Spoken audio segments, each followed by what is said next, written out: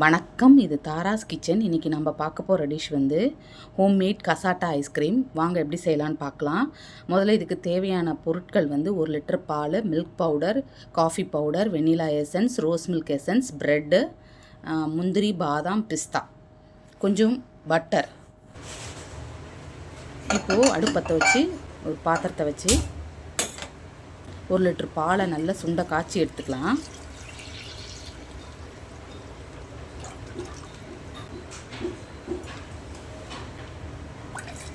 நான் full cream milk தான் எடுத்திருக்கேன்.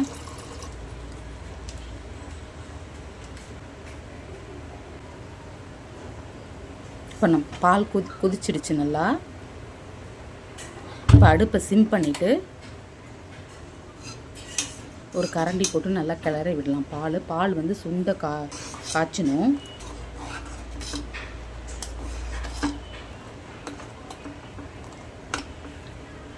பால் ஓரளவுக்கு நல்லா திக்கானதும் எடுத்து வச்சுருக்க 1.5 கப் சர்க்கரையை சேர்த்துக்கலாம்.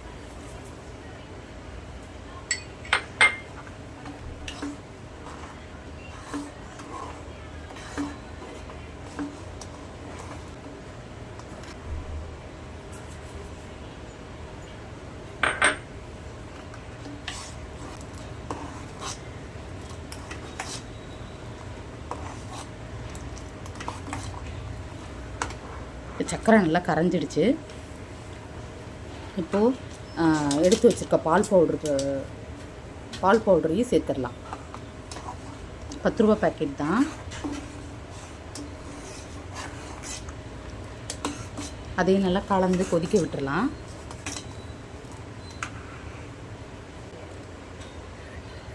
இப்போ எடுத்து வச்சுருக்க 4 ப்ரெட்டை சைடை எல்லாம் ஓரத்தை எல்லாத்தையும் கட் பண்ணிவிட்டு பிச்சு போட்டு நல்லா கொதிக்க விட்டுடலாம். பாலோடு சேர்ந்து நல்லா கொதி வரும்.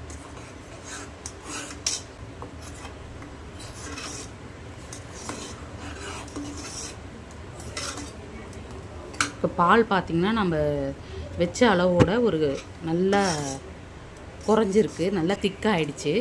இப்போது அடுப்பு நிறுத்திட்டு ஒரு 2 மணி நேரம் நல்லா ஆற விட்டுறலாம். நம்ம 3 போர்ஷனாக பிரிச்சுக்க போகிறோம். ஒன்று வந்து வெண்ணிலா ஐஸ்கிரீம், ஒன்று வந்து ரோஸ் மில்க் எசன்ஸ் ஐஸ்கிரீம், ஒன்று வந்து காஃபி ஐஸ்கிரீம். இப்போது காஃபி ஐஸ்கிரீம் செய்கிறதுக்காக சுடு தண்ணி வச்சுருக்கேன் அடுப்பில். இப்போது 3 போர்ஷனாக பிரித்து எடுத்துருக்கோம். ஒரு போர்ஷனுக்கும் 1.5 டம்ளர் வந்துச்சு. இப்போ ஒரு போர்ஷனில் வெண்ணிலா எசன்ஸ் 1 ஸ்பூன் சேர்த்துக்கலாம்.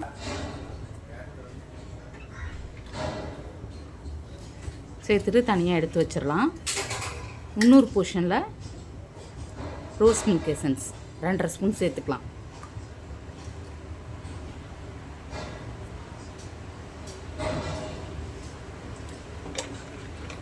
இப்போ நல்லா அதையும் கலந்து விட்டுட்டு தனியாக எடுத்து வச்சுக்கலாம்.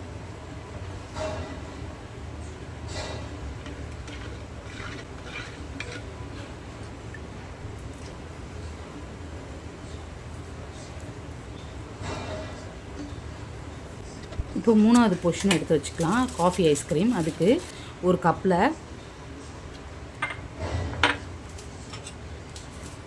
ஒரு 1.5 ஸ்பூன் காஃபி பவுடர் சேர்த்துக்கலாம். ஒரு 2.5 ஸ்பூன் சர்க்கரை சேர்த்துக்கலாம்.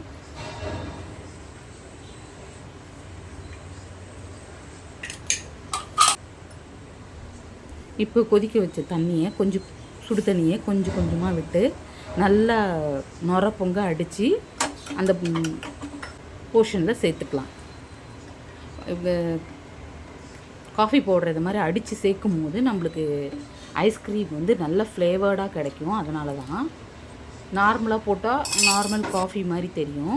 இப்படி அடித்து சேர்க்கும் போது நுர பொங்க அடித்து சேர்க்கும் போது நல்லா ஃப்ளேவர் நல்லாயிருக்கும். இப்போது 3 போர்ஷனையும் மிக்சியில் நல்லா பல்ஸ் மோடில் அடிச்சுட்டு நார்மல் மோட்லேயும் அடித்து 3 போர்ஷனையும் அடித்து பாக்ஸில் ட்ரான்ஸ்ஃபர் பண்ணி ஃப்ரீசர் பண்ணிக்க வேண்டியதான்.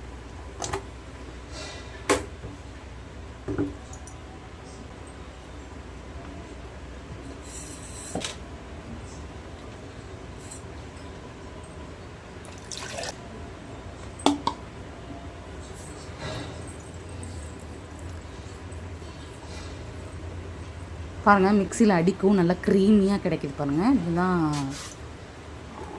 நல்ல டெக்ஸ்சராக கிடைக்கும் ஐஸ்கிரீமு.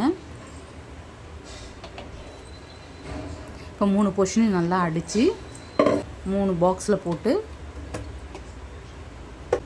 ஃப்ரீஸ் ஆக விட்டுறலாம். ஒரு 4 மணி நேரம் கழித்து ரிப்பீட்டடாக எடுத்து அடித்து மிக்சியில் அடித்து வச்சிடலாம்.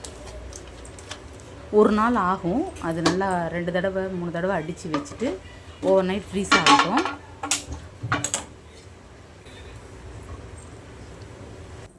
இப்போது தவாவில் 2 ஸ்பூன் பட்டர் சேர்த்துக்கலாம்.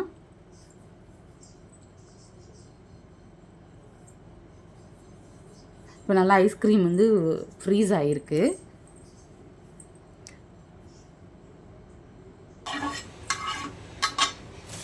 இப்போ பட்டரில் ப்ரெட்டை டோஸ்ட் பண்ணி எடுத்துக்கலாம். ஒரு 3 ப்ரெட்டை டோஸ்ட் பண்ணிக்கலாம். சைட்ஸ் கட் பண்ண வேண்டாம், அது நல்லா ஃப்ளேவராக நல்லா தான் இருக்கும். அதனால் அப்படியே வச்சிடலாம். 2 பக்கமும் திருப்பி விட்டு லைட்டாக சுகர் போட்டு நல்லா கோல்டன் ப்ரௌனாக டோஸ்ட் பண்ணி எடுத்துக்கலாம்.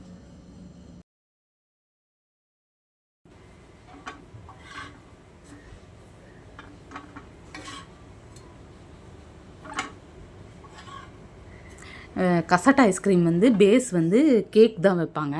நான் வீட்டில் ப்ரெட் இருந்ததுனால ப்ரெட்டே யூஸ் பண்ணிக்கிறேன். இதுவும் அதே ஃப்ளேவர்லேயே கிடைக்கும், நல்லா டேஸ்ட்டாக இருக்கும்.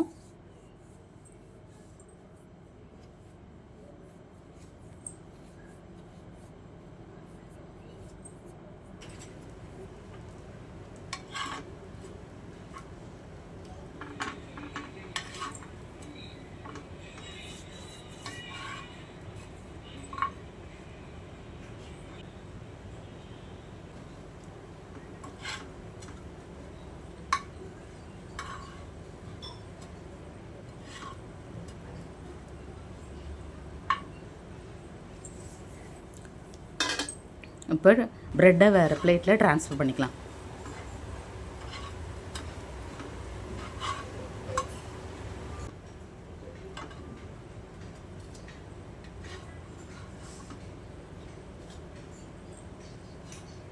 இப்போ அதே தவாவில் எடுத்து வச்சுருக்க முந்திரி பருப்பு, பிஸ்தா, பாதாம் தேவையான அளவுக்கு எடுத்து மிக்சியில் 1-2மா பிடிச்சி அதே தவாலேயே கொஞ்சம் ரோஸ்ட் பண்ணிடலாம்.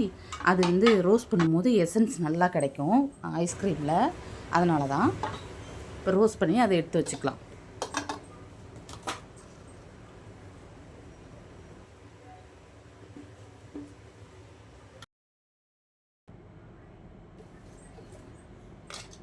இப்போது ரோஸ் மில்க் ஐஸை நல்லா மிக்சியில் பல்ஸ் மோடில் நல்லா அடிச்சுக்கலாம்.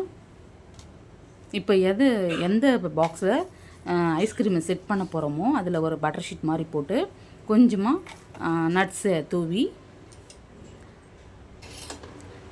ரோஸ்ட் பண்ணி வச்சுருக்கோங்களா ப்ரெட்டு, அது மேலே அடித்து வச்ச ரோஸ் மில்க் ஐஸ்கிரீமை கொஞ்சமாக தடவி செட் பண்ணிக்கலாம்.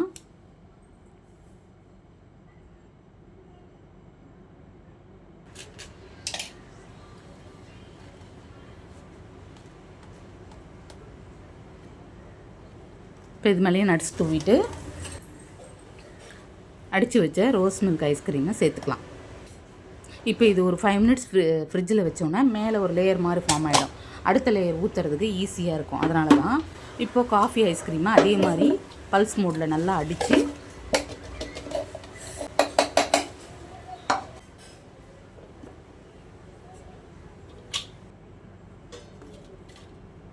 செட்டான ரோஸ் மில்க் ஐஸ்கிரீம் இருக்குங்களா, அது மேலே இதை ஊற்றிடலாம்.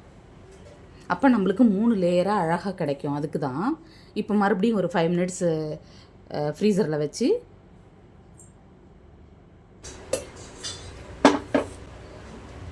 இப்போ அடுத்த ஃப்ளேவர் வெனிலா ஐஸ்கிரீமை நல்லா பல்ஸ் மோடில் அடிச்சுக்கலாம். அடிச்சுட்டு இப்போது செட் ஆகிருக்க காஃபி ஐஸ்கிரீம் மேலே வெனிலா ஐஸ்கிரீமை ஊற்றிடலாம். பார்த்திங்கன்னா நல்லா க்ரீமியாக இருக்குது பாருங்கள். இப்போது மீதி இருக்கிற எல்லா நட்ஸையும் ஐஸ்கிரீம் மேலே தூவிக்கலாம். ஐஸ்கிரீம் செட் ஆகிறதுக்காக இந்த பாக்ஸை நல்லா சீல் பண்ணி ஃப்ரீசரில் ஓவர் நைட் விட்டுறலாம். விட்டுட்டா மறுநாள் எடுத்து கட் பண்ணும் போது சூப்பராக இருக்கும். வீட்டிலே கசட்டா ஐஸ்கிரீம் இப்படி செஞ்சு பாருங்கள், பசங்களுக்கு ரொம்ப பிடிக்கும். தேங்க்யூ.